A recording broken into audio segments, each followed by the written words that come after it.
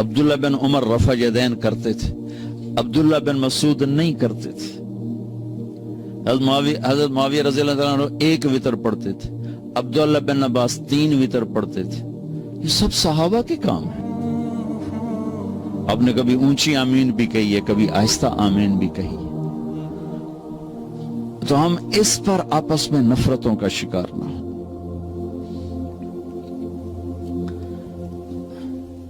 ہماری جماعت آ رہی تھی تو ایک جگہ نماز کے لیے رکے، مغرب کی نماز تھی، تو امام صاحب نماز پڑھا رہے تھے، تو پیچھے کوئی اہل حدیث بھائی تھے، انہوں نے زور سے آمین کہی، سلام پھیرتے ہی امام آکھنے لگا کڑا کتا بھوکے، کڑا کتا بھوکے۔ جب امام مسجد اتنے جاہل ہوں گے تو بیچاری عوام کا کیا حال ہوگا؟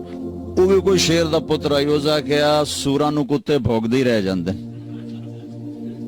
لیکن سوراں نو کتے بھوک دی رہ جاندے، مطلب دونوں نے ظلم کی انتہا کر دی۔ میرے نبی نے اونچی آمین بھی کی ہے، آہستہ آمین بھی کی، رفع یدین کیا بھی ہے، چھوڑا بھی ہے۔ اللہ نے اپنے نبی کی سنتوں کو پوری امتوں میں تقسیم کر دی۔ میرے نبی کے زمانے میں ایک اذان تھی جس میں اشہدو ان لا الہ الا اللہ، اشہدو ان لا الہ الا اللہ، اشہدو ان محمد رسول اللہ، اشہدو ان محمد رسول اللہ، یہ تو ہماری اذان ہے نا۔ ابو محذورہ اللہ کے نبی کی موجودگی میں ایک اذان دیتے تھے، اشہدو ان لا الہ الا اللہ، اشہدو ان لا الہ الا اللہ، اشہدو ان محمد رسول اللہ، اشہدو ان محمد رسول اللہ، اشہدو ان لا الہ الا اللہ، اشہدو ان لا الہ الا اللہ، اشہدو ان محمد رسول اللہ، اشہدو ان محمد رسول اللہ، 4 دفعہ کہتے تھے۔ مکے میں اذان ہوتی تھی۔ تو میں یہ بات کہا کرتا تھا کہ اللہ اپنے نبی کی ہر سنت کو زندہ رکھے ہوئے ہے، جس کام کو آپ نے زندگی میں ایک دفعہ کیا اور چھوڑ دیا وہ بھی کہیں نہ کہیں زندہ ہے۔ تو یہ اذان مجھے کہیں نہیں نظر آئی، نہ کہیں سنی، خیال آتا تھا یار اے اذان کدی نہیں سنی۔ ابھی میں جب موریتانیہ گیا، موریتانیہ، تو وہاں میں نے اذان سنی تو یہ اذان تھی 4 دفعہ۔ تو چونکہ فجر کا وقت تھا تو کبھی کبھی حرم شریف میں بھی تہجد کی نماز میں یہ اذان ہوتی ہے۔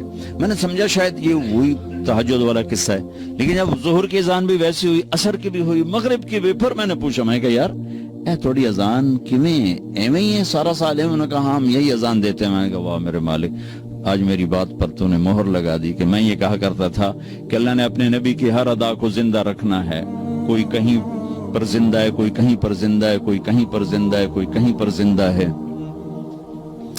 تو بھائیو امت بن کے رہو، مسلمان بن کے رہو، آپس میں نفرتوں کا شکار نہ ہو۔ امت میں اختلاف تو صحابہ کے دور سے ہے، نبی کے دور سے ہے۔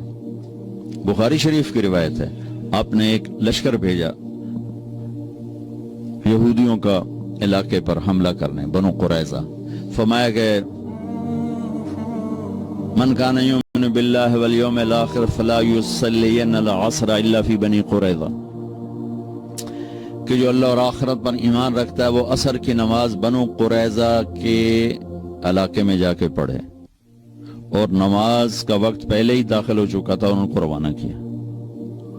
بنو قریظہ رہتے تھے قباء سے آگے، یہ مسجد قباء ہے نا، اس سے بھی آگے رہتے تھے، ان کے ابھی کھنڈارات وہاں ہیں۔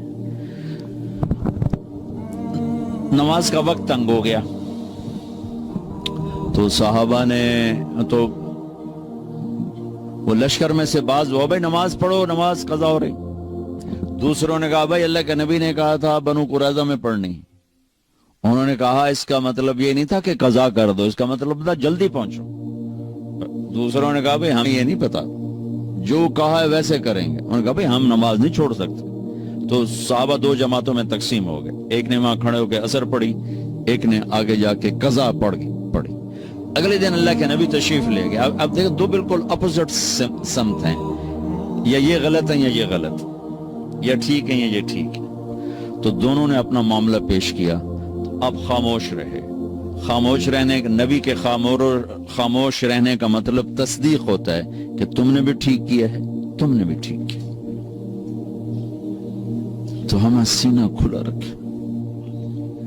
تو بھائیو آپ سے گزارش ہے، اچھے اخلاق کے ساتھ یہاں زندگی گزارو، اور مسلمان بن کے رہو، امتی بن کے رہو، امتی بن کے رہو، فرقہ واریت کا شکار نہ ہو، تعصب کا شکار نہ ہو، نفرتوں کا شکار نہ بنو، مسلم بن کے رہو۔ ہوا سماکم المسلمین من قبل، اللہ نے ہمیں قرآن میں کہا کہ میں نے تمہارا نام مسلمان رکھا ہے، اپنے آپ کو مسلمان بنا کے رکھو۔ پوری دنیا پھرا ہوں، جو فرقہ واریت کی آگ پاکستان میں ہے کہیں نہیں دیکھی، اور ہندوستان اس کے ساتھ ملے ایک ہی ٹکڑا ہے، بنگلہ دیش میں بھی اتنے، لیکن ہندوستان پاکستان میں نفرت کی انتہا ہے۔ تو آپ لوگوں کی روٹس چونکہ وہیں سے ہیں، تو میں آپ کے سامنے ہاتھ جوڑتا ہوں کہ بطور مسلم زندگی گزارو، بس سب کو گلے سے لگانا۔